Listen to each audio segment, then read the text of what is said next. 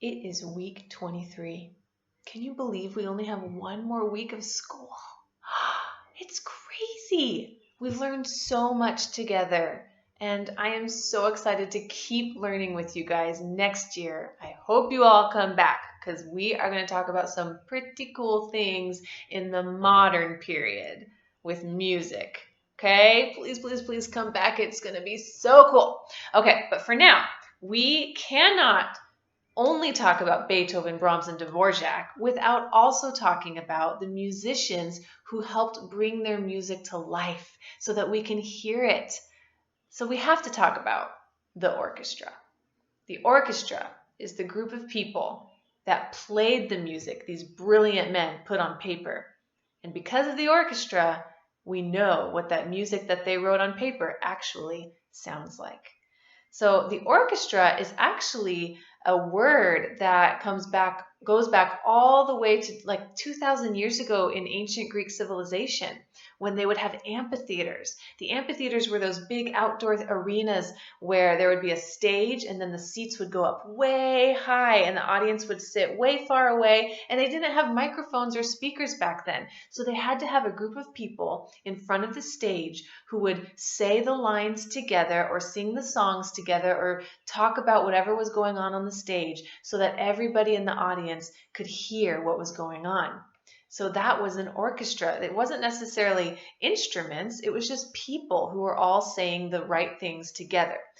But now an orchestra to us is a group of musicians playing instruments. But they're not just playing any song. They're playing very specific types of music like symphonies or concertos or overtures.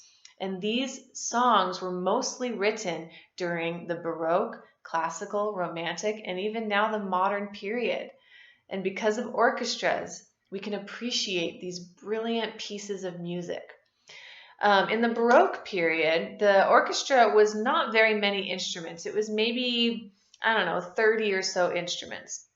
And then in the classical period, you had composers come on the scene like Beethoven, who would write music that demanded more instruments be played because of the types of sounds he was wanting.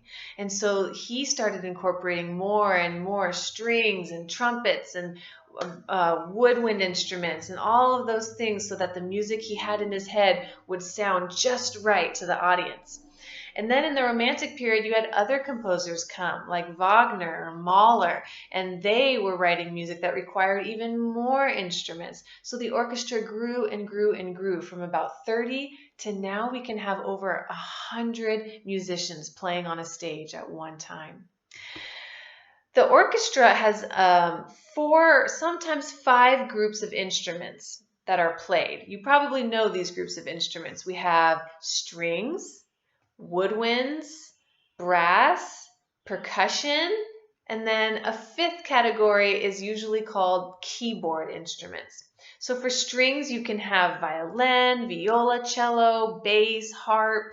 For woodwinds, you can have the flute, clarinet, oboe, bassoon. The brass instruments were trumpets, French horns, trombones, tubas. And then for percussion, you have all the drums like the bass drum, the timpani, the cymbals, the bongos, the snare drum, tambourine, and even the triangle. That's a percussion instrument. And then the keyboard instruments would be like a harpsichord, a piano, and an organ. And so those instruments are the main instruments that any orchestra is comprised of. In the Baroque period, they didn't have conductors. You know, the men and the women that you see in the front of the orchestra that with the baton and they're moving their arms to show the orchestra how fast or slow to go or loud or soft. That's the conductor.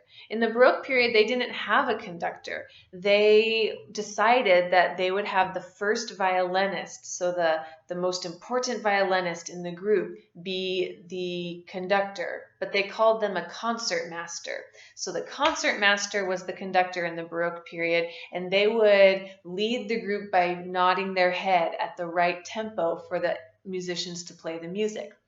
And then in the classical period, they started realizing, I think we need one person in the front that we all can see because it was getting kind of hard to see the concertmaster. So they started incorporating conductors with a baton so that everybody could see their hand giving the beat for the tempo.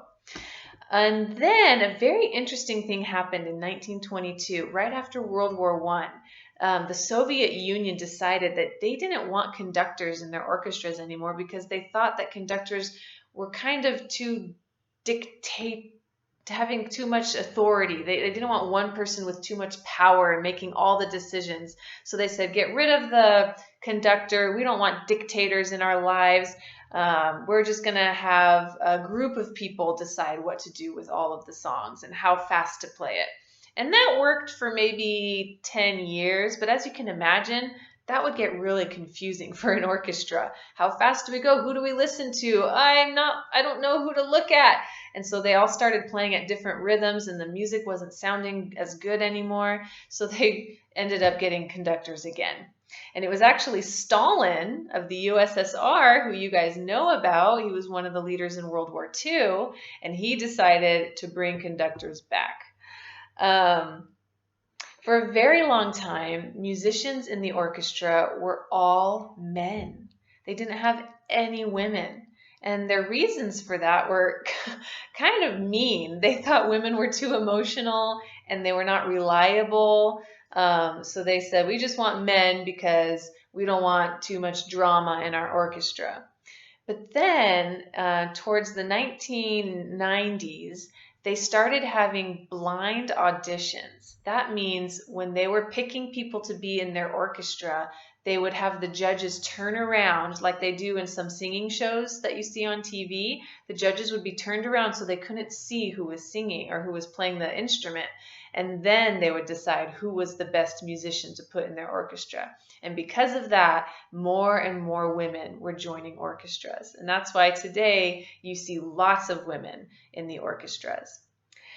Well, to be in an orchestra is a lot of work. They have sometimes 7 to 9 rehearsals a week. There's only 7 days in a week. So they're having multiple rehearsals on some days and concerts. And some of the rehearsals are 2.5 hours long, in addition to the practicing that they have to do when they're home. So a lot of musicians end up getting something called tendinitis in their hands because of how much they're playing their instrument. It's just tiring on their joints and their bones and their muscles. So why would someone want to be in an orchestra if it's so much work and it's so hard to even get into an orchestra because you have to be the best of the best? And the reason is because they love music. And if you love something a lot, you'll work really, really hard to get it, right? What's something that you love a lot and that you would do anything to get that thing or to experience or to keep working on that thing? That's what a musician in an orchestra does. Because they love music, they are willing to work super hard. Well, I hope you keep listening to music even over the summer. I hope you keep listening to music from the composers that we've talked about, Beethoven, Brahms, Dvorak, and start learning about other composers as well and kind of decide what's your favorite style of music, who's your favorite composer, what instrument do you want to learn how to play if you aren't already.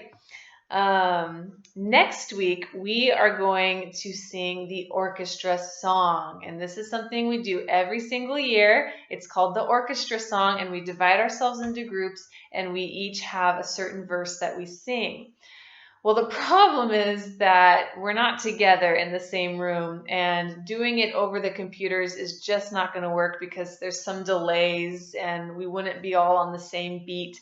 So I will try to figure something out where maybe I'll record it here with my family, and then you guys can pick which verse you want to sing at home, and then you can sing along with us, something like that. But either way, keep practicing the orchestra song. Decide if you want to sing the violins, the clarinets, the trumpets, the horns, or the drums. Those are the 5 instruments in our orchestra song. So decide that with your family this week. Keep listening to music, and I will see you again on Monday. Bye, guys.